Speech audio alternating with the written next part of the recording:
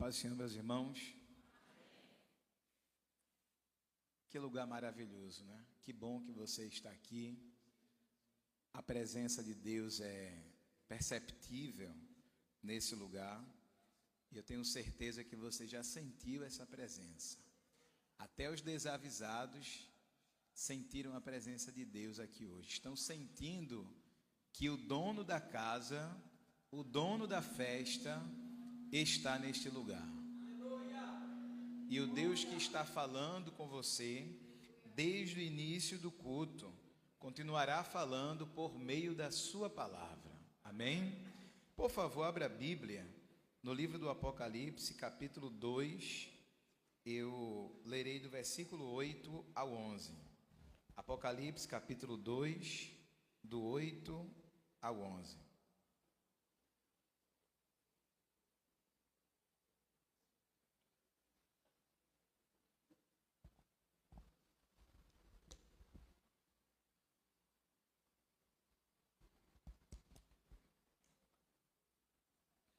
A palavra de Deus diz assim. O título na minha Bíblia, que é a Revista e Corrigida, diz assim: Segunda carta à igreja de Esmirna.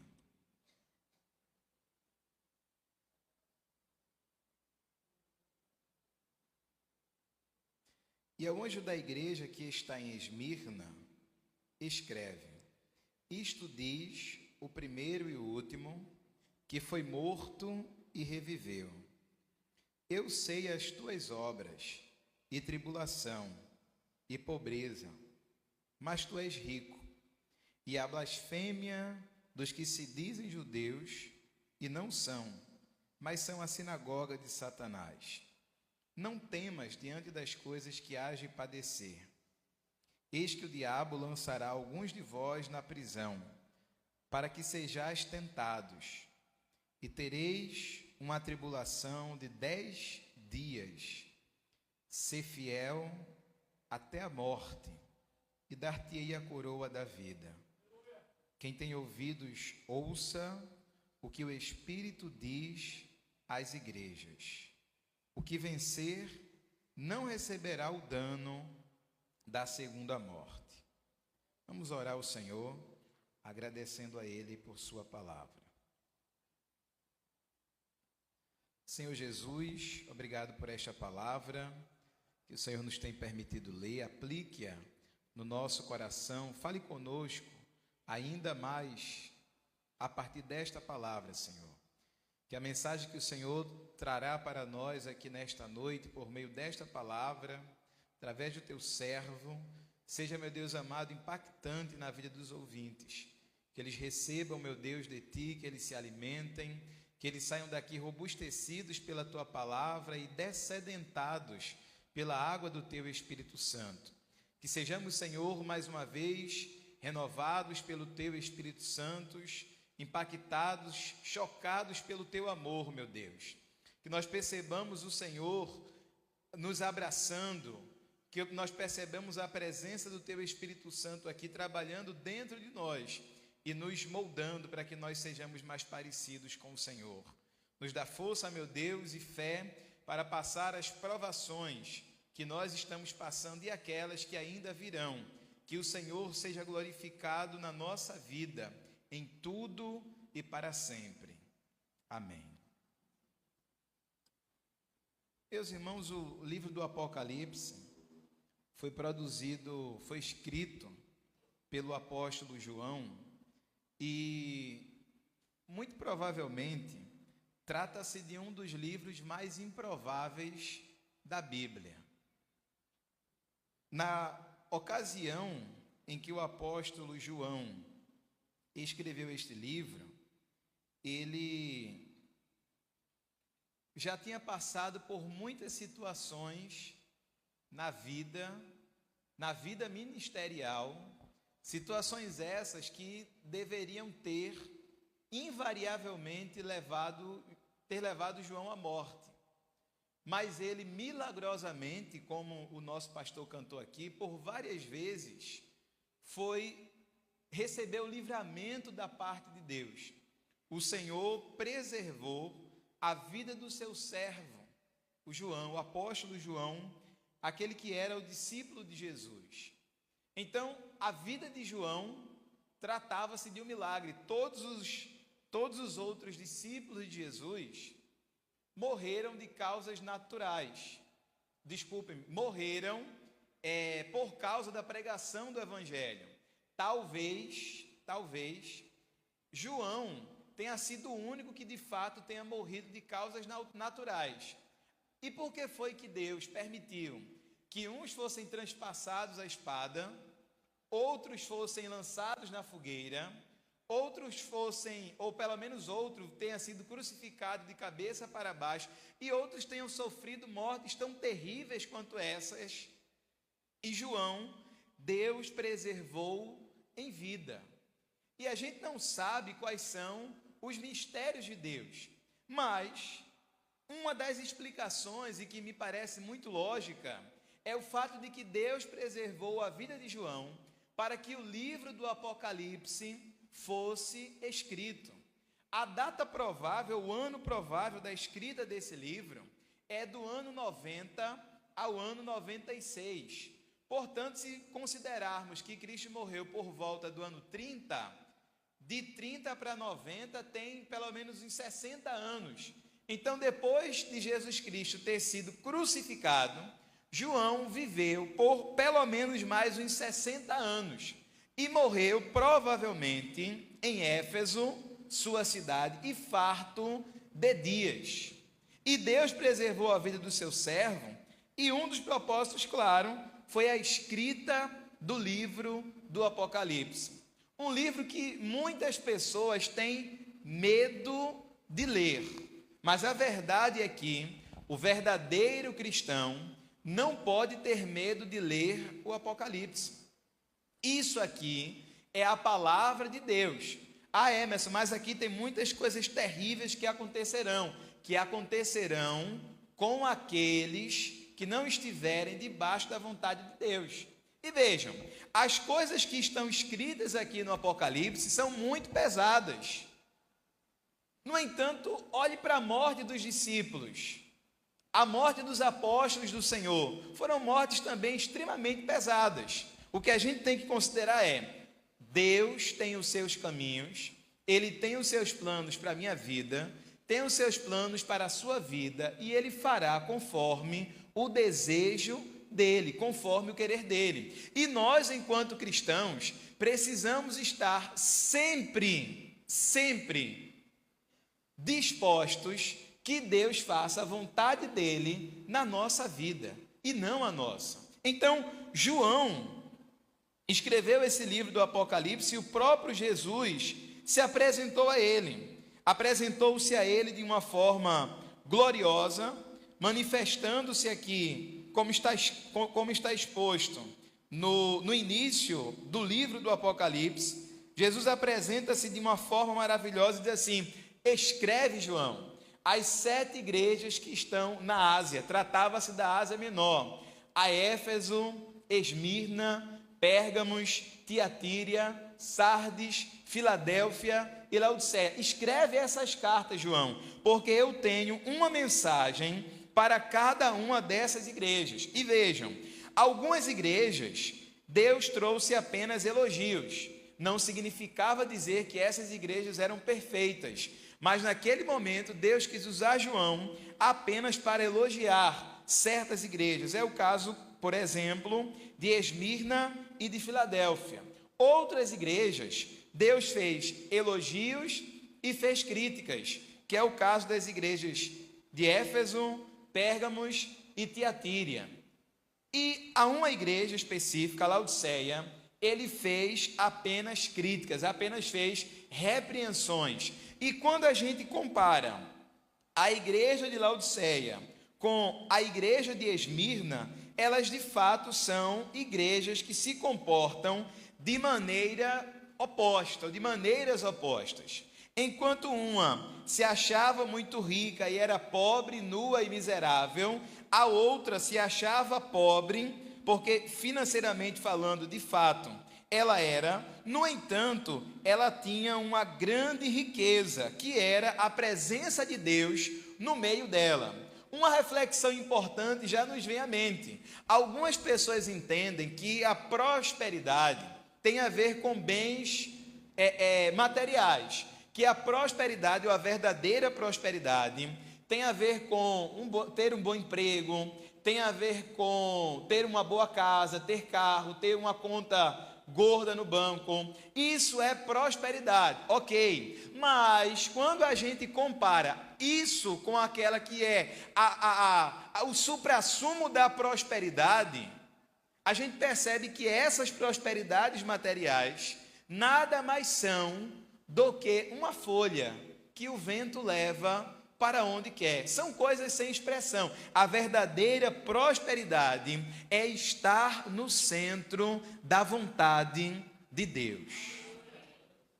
O salmista olhou para os ímpios e viu que os ímpios prosperavam no sentido financeiro, que os ímpios faziam seus banquetes, e ele olhava para ele mesmo e se perguntava e questionou a Deus: por que eles estão desse jeito e por que eu estou do jeito que eu estou? Ele não estava olhando para aquilo que era essencial. Enquanto alguns desfrutam de bons carros, outros desfrutam da presença do Espírito Santo.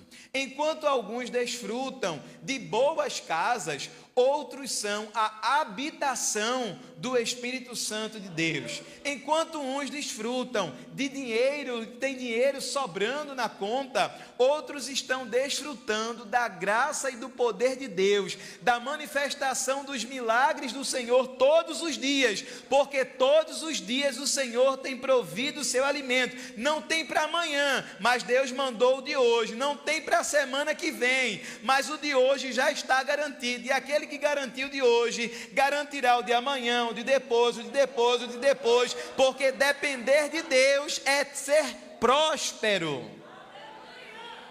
O Senhor cuida das aves e da vegetação, por que não cuidaria de nós? Então esta igreja, a igreja de Esmirna, era uma igreja próspera, e ela foi elogiada pelo Senhor.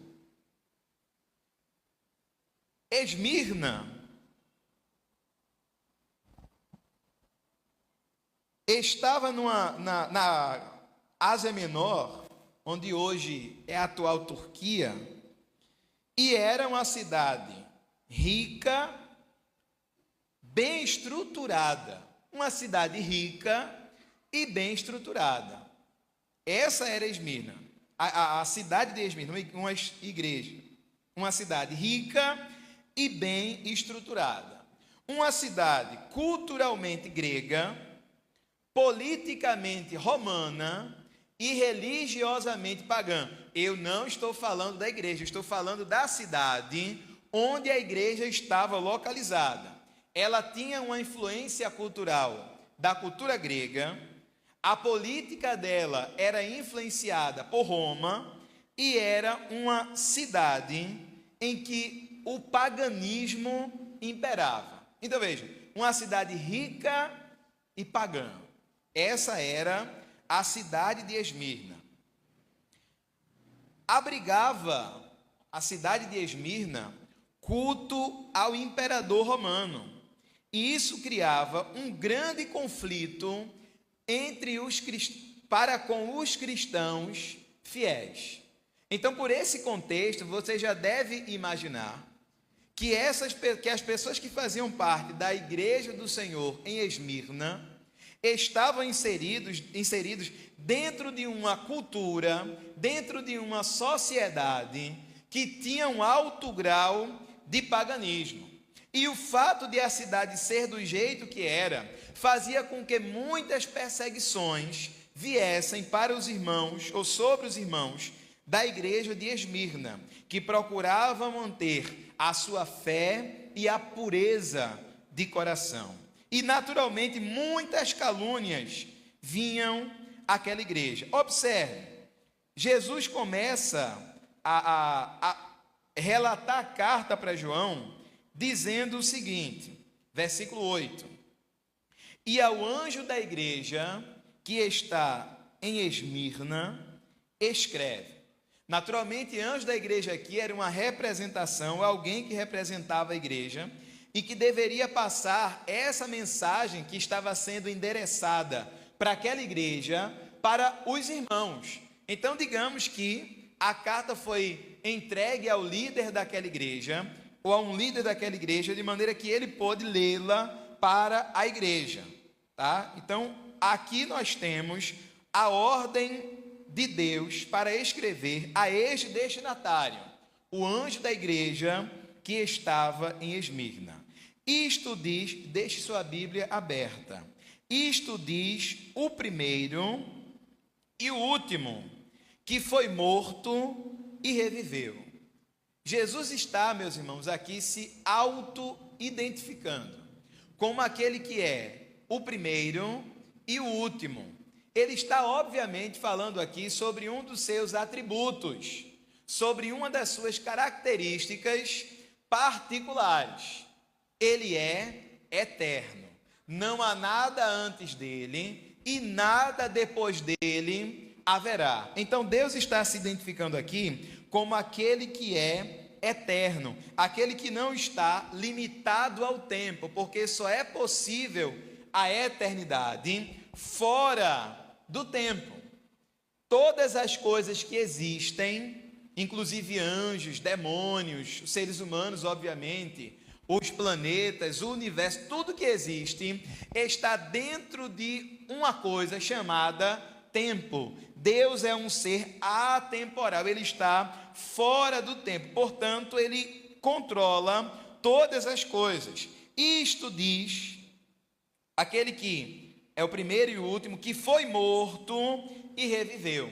Veja que ele não está deixando dúvidas a respeito de quem ele é. Ele está se identificando como aquele que foi morto e reviveu. Veja que parece uma contradição. Por quê? Porque se ele é o primeiro e o último, é óbvio que a morte não poderia se encaixar com aquilo que ele é. Não faz sentido eternidade e mortalidade. Como assim? Ele está se identificando como é o primeiro, como sendo o último, mas ele morreu e depois reviveu. É o milagre que Deus fez. Jesus Cristo, que é Deus, encarnou-se, e isso havia acontecido há cerca de 90 anos desse relato que ele está fazendo para João. Jesus Cristo encarnou-se, morreu e ao terceiro dia ressuscitou. Os irmãos de Esmirna, obviamente que sabia que aquele que havia morrido e ressuscitado tratava-se de Jesus Cristo, tá? Por quê? Porque todos os outros que morreram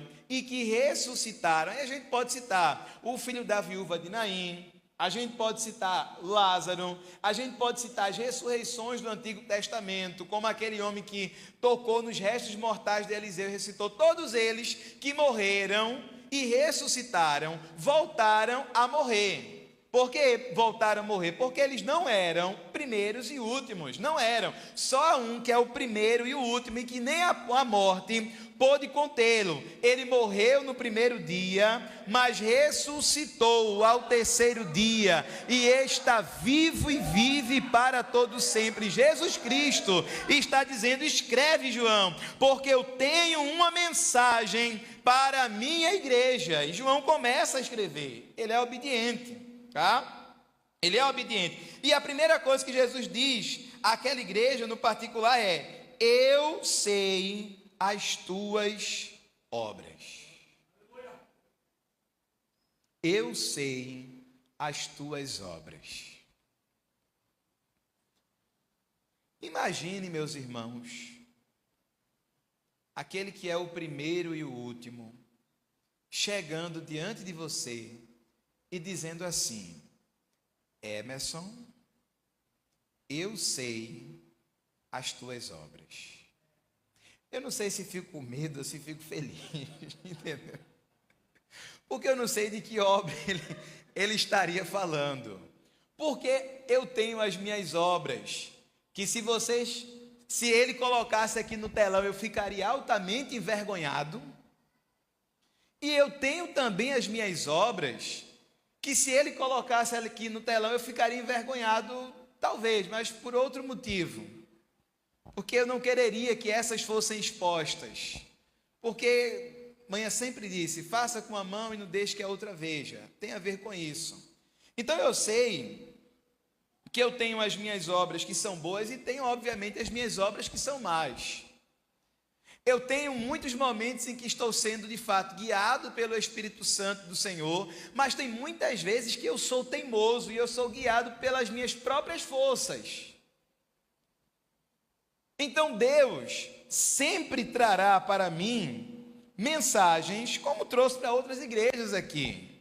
Olha, estou feliz porque você está fazendo isso, mas estou triste porque você está fazendo isso.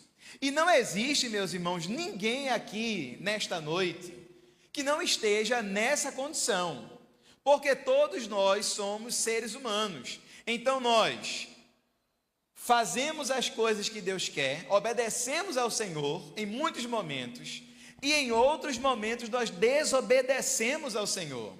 E qual é a nossa luta diária? A nossa luta diária é obedecer a Deus contra nós mesmos. Obedecer ao Senhor contra nossas próprias vontades. Mas é bem verdade, meus irmãos, que nessa luta entre a carne, a natureza carnal e o espírito, muitas vezes quando a carne vence, o advogado do diabo, Satanás, vem na nossa cara e quer apontar para nós os nossos erros. Comigo geralmente não dá muito certo, porque quando tenta apontar o meu erro, eu digo, é isso mesmo, é esse daí que eu estou tentando consertar. É esse erro mesmo que eu estou tentando consertar. É desse erro mesmo que eu me envergonho.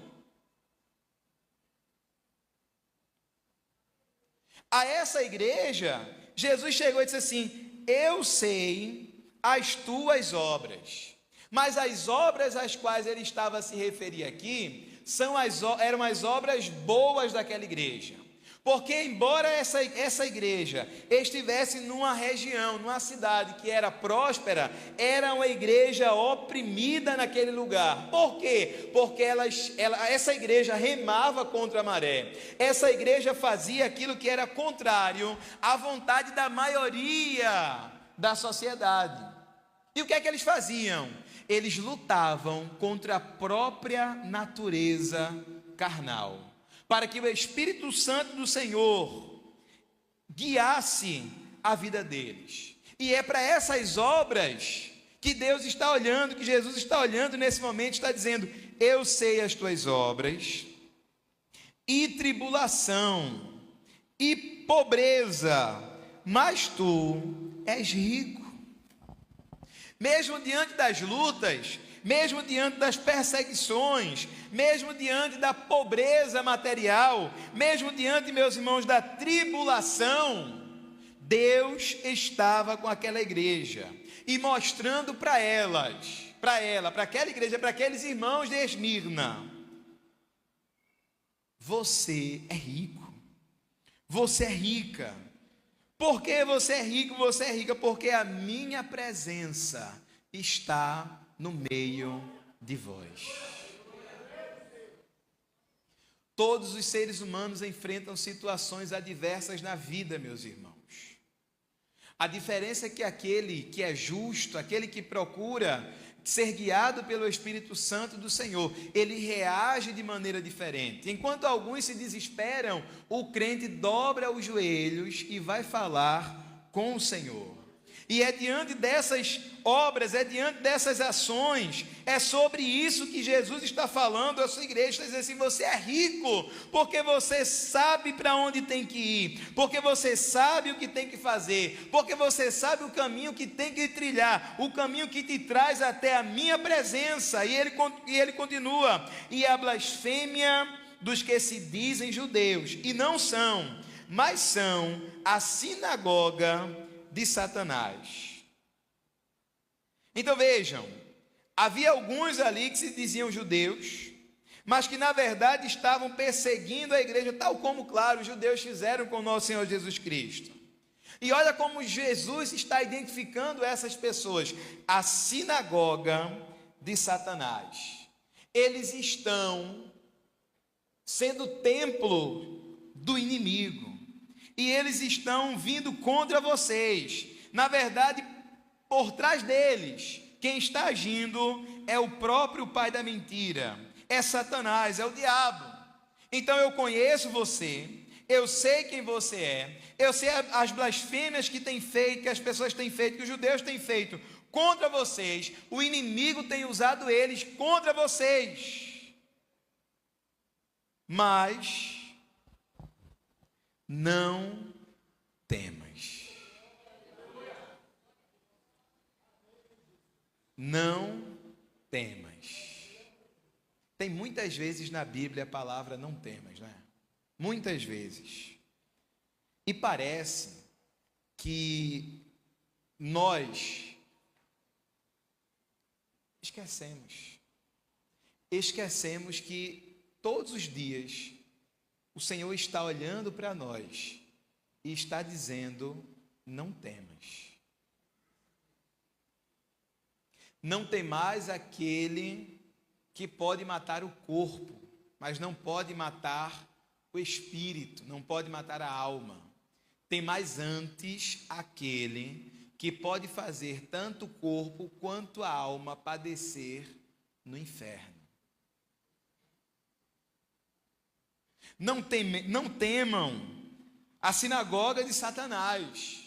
Não tema Satanás, não tema os demônios, não tema aqueles que estão sendo usados pelo inimigo.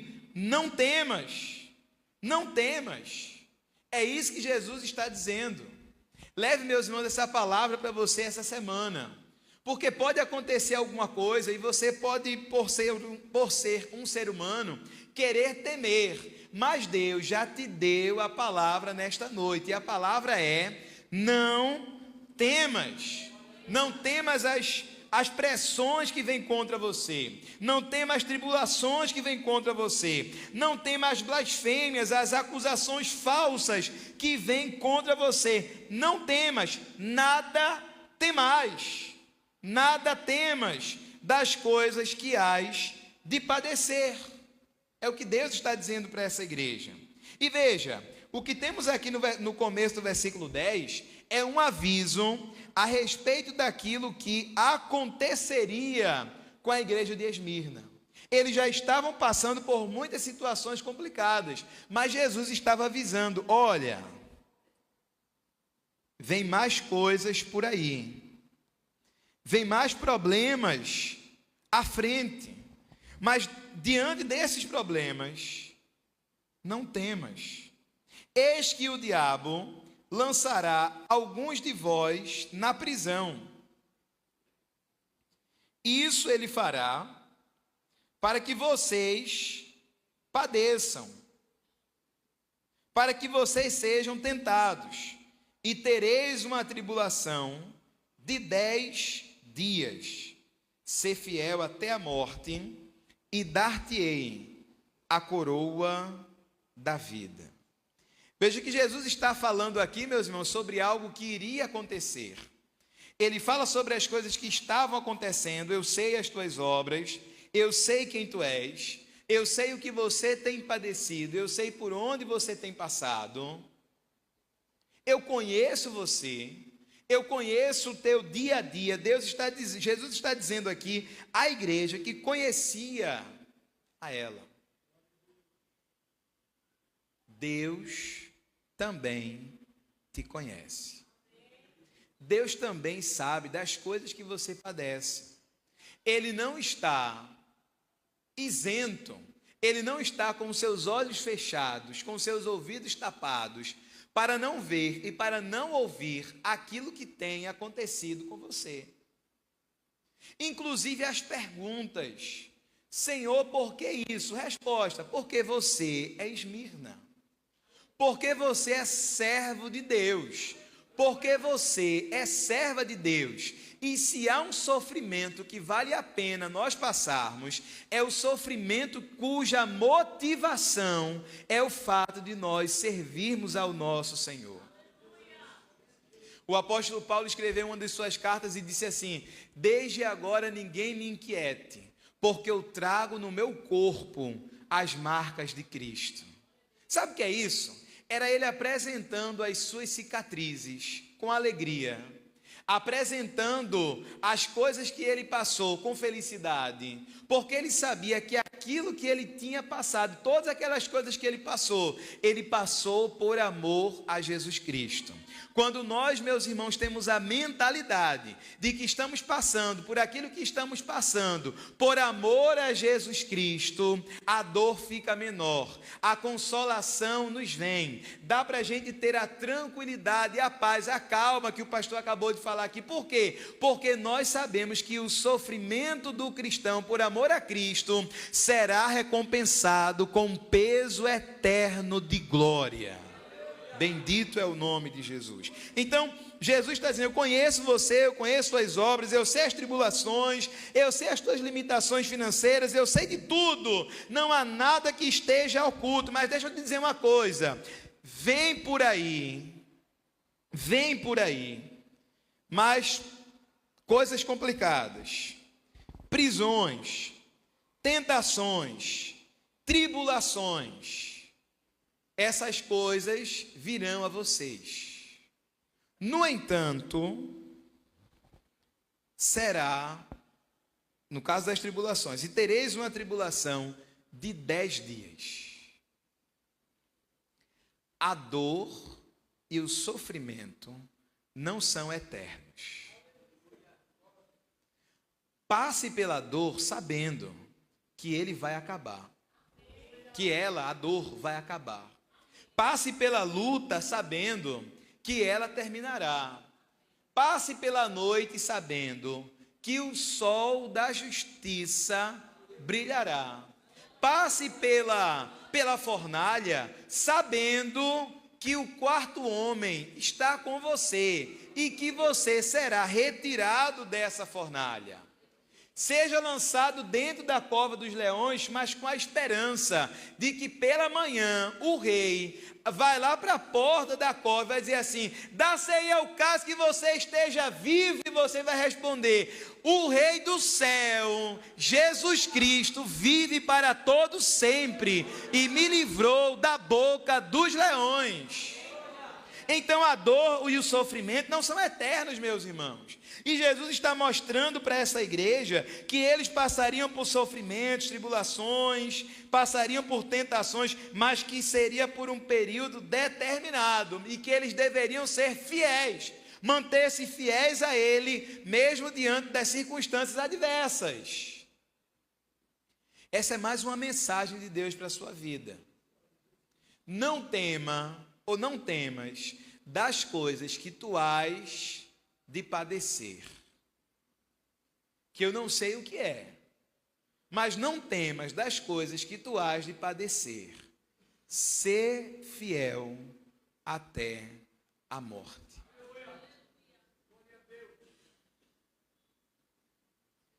Você está disposto a ser fiel até a morte?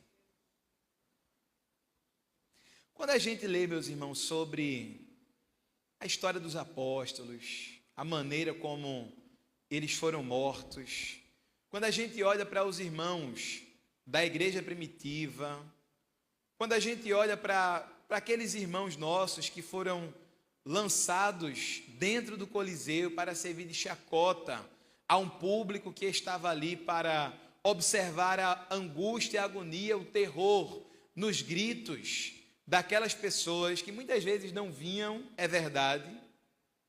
Mas quando a gente lê sobre essas histórias, a gente vê o que esses irmãos passaram, isso fortalece a nossa fé.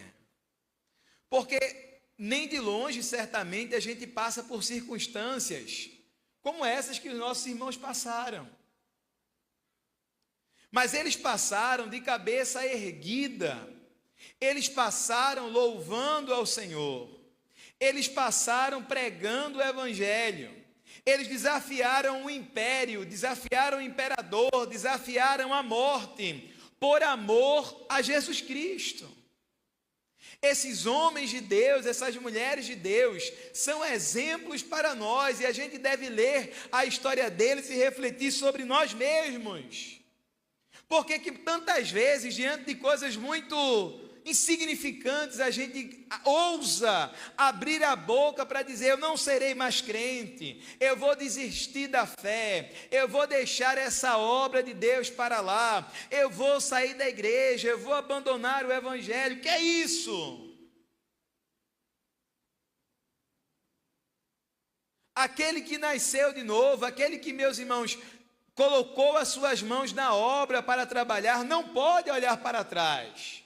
Você foi chamado para olhar para frente. Você foi chamado e alistado no exército do Senhor, que não marcha para o lado, não marcha para trás, que ele marcha para frente, rumando aquilo que Deus tem para a nossa vida. No meio dessa marcha, durante essa marcha, é óbvio que vem os inimigos, vem os leões, vem as feras, vem as fogueiras, vem os desertos, vem a seca, vem tudo, mas você não pode desistir da marcha. Seja fiel até a morte, porque você está caminhando para o céu. E se você morrer, se acontecer de você morrer por causa dessas perseguições, tribulações, você será recebido no céu pelo Senhor com a coroa da vida eterna. Bendito é o nome de Jesus.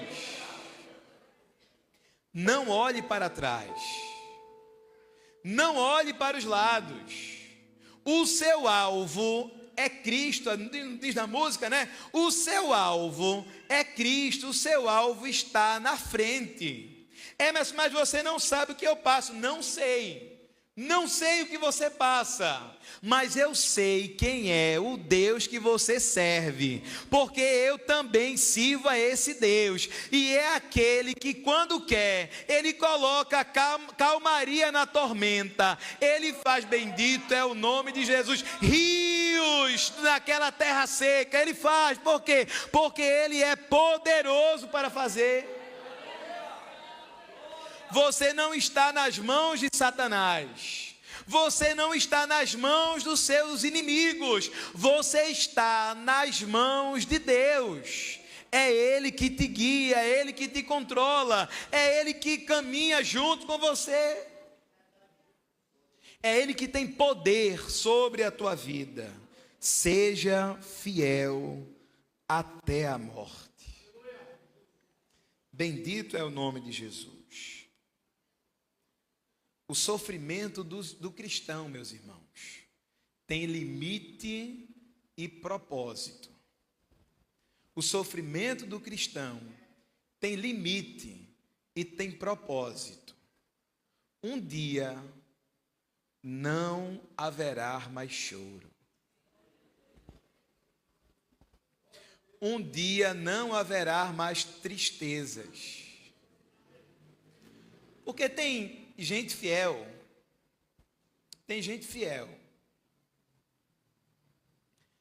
que às vezes para e diz assim: Senhor, por que tanta dor? Por que tanto sofrimento? Eu não sou perfeito, eu não sou perfeita, mas eu tenho procurado te obedecer, eu tenho procurado seguir os teus mandamentos, ser fiel à tua palavra. E parece que quanto mais eu oro, mais as coisas pioram. Parece que quanto mais eu te busco, mais as coisas complicam. Parece que quanto mais eu te peço, mais difícil as coisas ficam. E aí eu venho ao culto e ao invés do Senhor dizer assim: vou te tirar dessa situação, o Senhor fala para mim: te prepara, porque vem tentação, tribulação, prisão,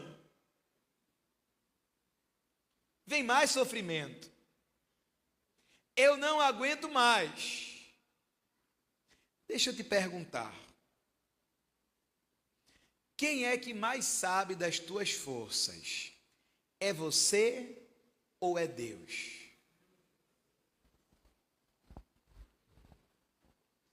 A igreja de Esmirna, meus irmãos, os irmãos de Esmirna eram pessoas fiéis ao Senhor. É claro que, como em todas as igrejas, tinham aqueles que eram de Satanás. Em toda igreja tem.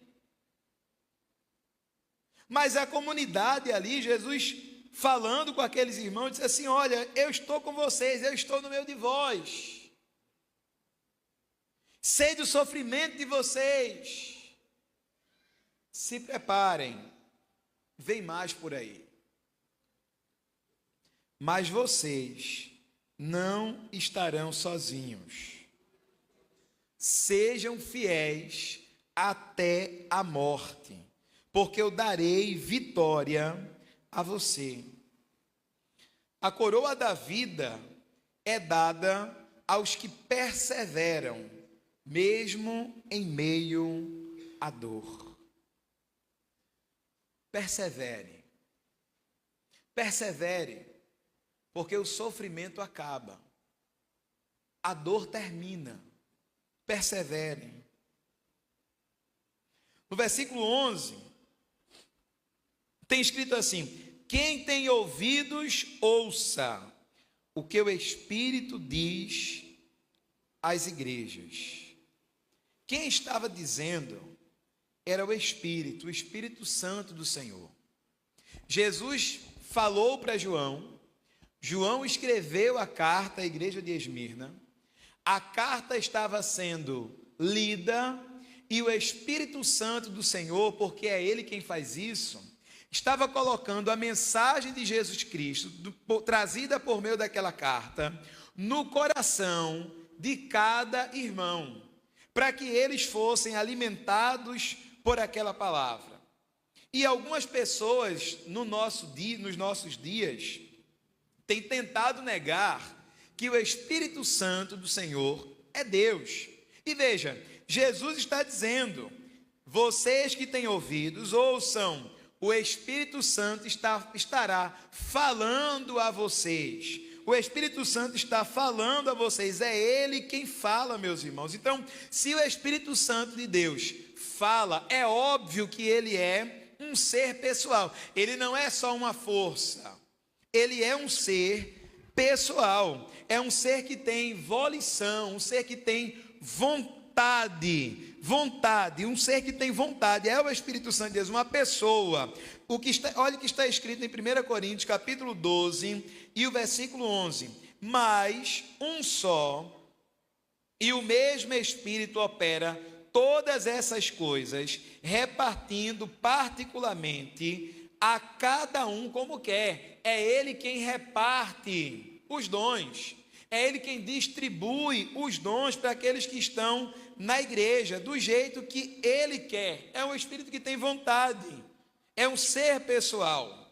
Jesus disse em João 16:8, que o Espírito Santo viria, Ele iria e enviaria o Espírito Santo viria. E Ele, o Espírito Santo, convenceria o mundo do pecado, da justiça e do juízo.